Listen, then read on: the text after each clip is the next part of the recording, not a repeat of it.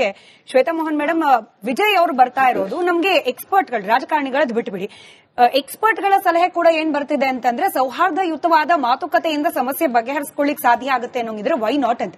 But Kannada ಪರ ಸಂಘಟನೆಗಳು ವಿಜಯ್ ಅವ್ರು ಬರ್ಲೇ ಕೂಡ್ದು, ಅವ್ರು ಬಂದ್ರೆ ನಾವು ಮುತ್ತುವರಿ ಹಾಕ್ತೀವಿ ಅನ್ನೋ ರೀತಿಯಲ್ಲಿ ಧಮಕಿ ಹಾಕ್ತಾ ಇರೋದು ನೋಡಿದ್ರೆ ಎಲ್ಲೋ ಸೊಲ್ಯೂಷನ್ ಬೇಕು ಅನ್ನೋ ಮನಸ್ಥಿತಿಯಲ್ಲಿ ಉಳಿದಿಲ್ವಾ ಅನ್ನೋ ಅನುಮಾನ ಬಂದ್ಬಿಡುತ್ತೆ. ಅದಕ್ಕೆ ಕ್ಲಾರಿಫಿಕೇಶನ್ ಬೇಕು. ಖಂಡಿತವಾಗಿಯೂ ನಾವ್ಯಾರು ನಮ್ಮ ಸಂಘಟನೆ ವತಿಯಿಂದ ನಾವು ವಿಜಯ್ ಅವರು ಬರಬಾರ್ದು ಅಂತ ನಾವೆಲ್ಲೂ ಕೂಡ ಹೇಳಿಕೆಗಳು ಕೊಟ್ಟಿಲ್ಲ. ನಿಜ ಹೇಳ್ಬೇಕಂದ್ರೆ ವಿಜಯ್ ಅವರು ಬರ್ಬೇಕು. ತಮಿಳುನಾಡು ಮುಖ್ಯಮಂತ್ರಿಗಳು ಬಂದು ಒಂದು ಸೌಹಾರ್ದಯುತವಾಗಿ ಒಂದು ಈ ನಮ್ಮ ರಾಜ್ಯ ಸರ್ಕಾರದ ನಮ್ಮ ಮುಖ್ಯಮಂತ್ರಿಗಳಾದ ಡಿ.ಕೆ. ಶಿವಕುಮಾರ್ ಅವರು ಸೇರಿದಂತೆ ಅನೇಕ ತಜ್ಞರನ್ನು ಒಳಗೊಂಡಂತೆ ಒಂದು ಸಭೆ ಆಗ್ಲೇಬೇಕು. ನಾನು ರಾಜ್ಯ ಸರ್ಕಾರಕ್ಕೆ ಹೇಳೋದು, ಒಂದು ಒಳ್ಳೆ ಅವಕಾಶ ಸಿಕ್ಕಿದೆ ಮೇಡಮ್. ಈ ಕಾವೇರಿ ವಿಚಾರಕ್ಕೆ ಒಂದು ಶಾಶ್ವತವಾಗಿ ಏನಾದ್ರೂ ಒಂದು ನಿರ್ಧಾರ ತಗೊಳ್ಳೋದಕ್ಕೆ ಈ ಸರ್ಕಾರಕ್ಕೆ ಒಂದು ಒಳ್ಳೆ ಅವಕಾಶ ಸಿಕ್ಕಿದೆ. ನಮಗೂ ಕೂಡ ಅಷ್ಟೇ ಭರವಸೆ ಇದೆ. ಕಾಂಗ್ರೆಸ್ ಸರ್ಕಾರ, ಮಾನ್ಯ ಮುಖ್ಯಮಂತ್ರಿಗಳು ಡಿ.ಕೆ. ಶಿವಕುಮಾರ್ ಅವರು ಒಂದು ಒಳ್ಳೆ ಪರಿಹಾರ ಕೊಟ್ಟು ಕನ್ನಡಿಗರ ಪರವಾಗಿ ನಿಲ್ತಾರೆ ಅಂತ. ಅಕಸ್ಮಾತ್ ಏನಾರು ಇದು ಕಣ್ಣು ಒರೆಸುವ ತಂತ್ರ ಆಗಿ ಮತ್ತೆ ಕನ್ನಡಿಗರಿಗೆ, ಯಾಕಂದ್ರೆ ಇವತ್ತು ನೀರ್ ಬಂದ್ಬಿಟ್ಟಿದೆ, ನಮ್ಮ ಪ್ರಕೃತಿ ನಮಗೆ ವರವಾಗಿ ಇವತ್ತು ನಿಂತಿದ್ದಾಳೆ, ನೀರ್ ಬಂದಿದೆ, ಇದು ಮುಂದಿನ ತಿಂಗಳವರೆಗೂ ಮುಂದೂಡಲಾಗಿದೆ. ಮತ್ತೆ ಆಗಸ್ಟ್ಗೆ ಮತ್ತೆ ಯಥಾ ಪ್ರಕಾರ ಇದೇ ಕಿಚ್ಚು, ಇದೇ ಕಾವೇರಿ ಕಿಚ್ಚು ಮತ್ತೆ ಮುಗಿಲಿರುತ್ತೆ. ಆಗ ಕನ್ನಡಿಗರಿಗೆ ಈ ಸೌಹಾರ್ದತೆ ಇರೋದಿಲ್ಲ.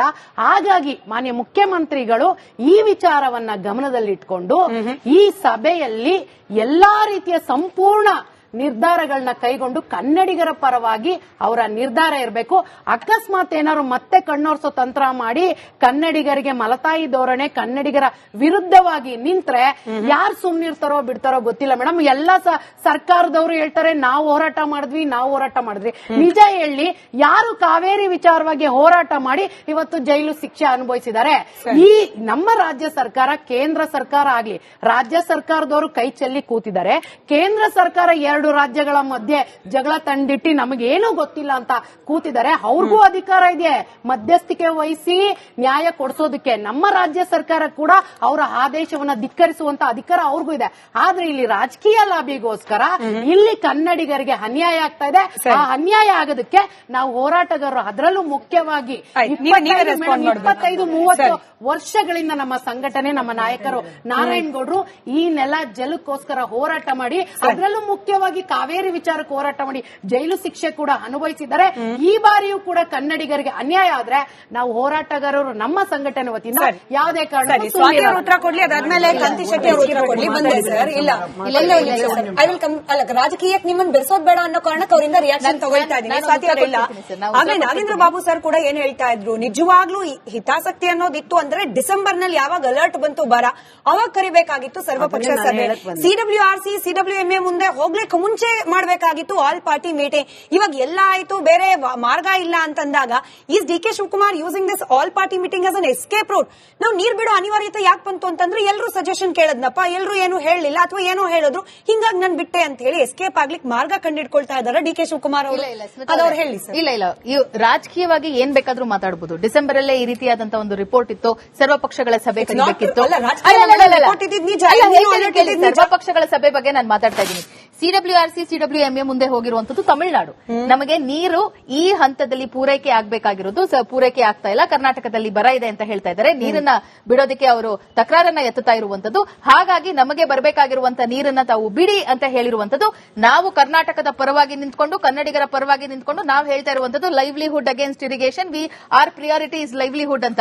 ಸರ್ವಪಕ್ಷಗಳ ಸಭೆ ಅವತ್ತಿನ ದಿನ ಕರೆದಿದ್ರು, ನಾವ್ ಇವತ್ತಿನ ದಿನ ಇದೇ ಮಾಡ್ತಿದ್ವಿ ಸರ್. ಸರ್ವಪಕ್ಷಗಳ ಸಭೆ ಕರೀದೇ ಇದ್ರು ನಾವು ಏನು ಕನ್ನಡಿಗರಿಗೆ ನ್ಯಾಯ ಒದಗಿಸಬೇಕು ನಾವು ಅದನ್ನೇ ಮಾಡ್ತಾ ಇದೀವಿ. ಆದ್ರೆ ನನಗೆ ಇರುವಂತ ಎಲ್ಲ ಪಕ್ಷ ಭೇದವನ್ನ ನಾವು ಮರೆತು ಇವತ್ತಿನ ದಿನ ಒಂದು ವಿಚಾರವನ್ನ ಮಾತಾಡೋಣ. ಮೊನ್ನೆ ಮಾನ್ಯ ಮುಖ್ಯಮಂತ್ರಿಗಳು ದೆಹಲಿಯಲ್ಲಿ ಎಲ್ಲಾ ಸಂಸದರನ್ನ ಕರೆದು ಭೇಟಿಯನ್ನ ಮಾಡಿದಂತದ್ದು, ಸರ್ವಪಕ್ಷಗಳ ಸಂಸದರನ್ನ ಕರೆದಿದ್ದಂತದ್ದು. ಮಾನ್ಯ ಕುಮಾರಸ್ವಾಮಿ ಅವರು ಅವರ ವೈಯಕ್ತಿಕ ಕಾರಣಗಳಿಂದ ಅವ್ರ ತಾಯಿ ತೀರ್ಕೊಂಡಿದ್ರು, ಬರೋದಕ್ಕೆ ಸಾಧ್ಯ ಆಗಲಿಲ್ಲ. ನಿರ್ಮಲಾ ಸೀತಾರಾಮನ್ ಅವರು ಕೂಡ ಬರಲಿಲ್ಲ. ಅಂಡ್ ನನ್ನ ರಿಕ್ವೆಸ್ಟ್ ಏನು ಅಂತಂದ್ರೆ, ಇವತ್ತಿನ ದಿನ ಪರಿಹಾರ ಏನು ಅಂತ ಕೇಳ್ತಾ ಇದೀವಲ್ಲ, ಮೇಕೆದಾಟು ಇಸ್ ದ ಪರಿಹಾರ. ಇವತ್ತಿನ ದಿನ ಯಾಕೆ ಎಲ್ಲಾ ಪಕ್ಷಗಳು ಒಟ್ಟುಗೂಡಿ ನಾವು ದೆಹಲಿಯಲ್ಲಿ ನಾವು ಬರೋದಕ್ಕೆ ರೆಡಿ ಇದೀವಿ. ಕರ್ನಾಟಕ ಸರ್ಕಾರದಿಂದ ಮಾನ್ಯ ಮುಖ್ಯಮಂತ್ರಿಗಳು ಬರೋದಕ್ಕೆ ರೆಡಿ ಇದ್ದಾರೆ.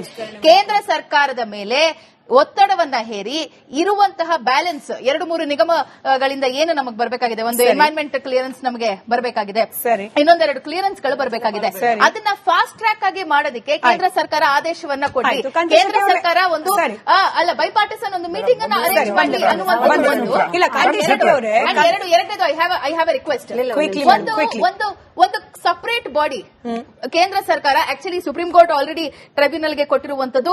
ಅಂಡ್ 2018ರಿಂದ ನಾವು ಹೇಳ್ತಾ ಇದೀವಿ, ಕಾಂಗ್ರೆಸ್ ಪಕ್ಷವಾಗಿ ನಾವು ಇದನ್ನ ಹೇಳ್ತಾ ಇದೀವಿ. ನಾವು ಕೊಲಿಷನ್ ಸರ್ಕಾರದಲ್ಲಿ ಇದ್ದಾಗಲೂ ನಾವು ಇದನ್ನ ಹೇಳಿದೀವಿ. ನಾಗೇಂದ್ರ ಬಾಬು ಅವರೇ ತಮಗಿದು ನೆನಪಿರಬಹುದು.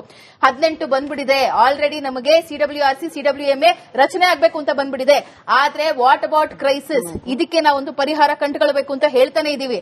ಆದ್ರೆ ನಾನು ರಾಜಕೀಯ ಮಾತಾಡ್ತಾ ಇಲ್ಲ. ನರೇಂದ್ರ ಮೋದಿ ಅವರ ಸರ್ಕಾರ ನಾವು ಆಲ್ರೆಡಿ 2-3 ಇದ್ರ ಬಗ್ಗೆ ನಾವು ಇಂಟಿಮೇಷನ್ ಕೊಟ್ಟಿದ್ರು, ನೋಟಿಸ್ ಕೊಟ್ಟಿದ್ರು ಕೂಡ ಒಂದು ಬಾಡಿಯನ್ನ ರಚನೆ ಮಾಡಬೇಕಾಗಿರುವಂತದ್ದು ಶೆಟ್ಟಿ ಅವರೇ, ನೀವು ಉತ್ತರ ಕೊಡಿ ಸರ್, ನೀವು ಉತ್ತರ ಕೊಡಿ.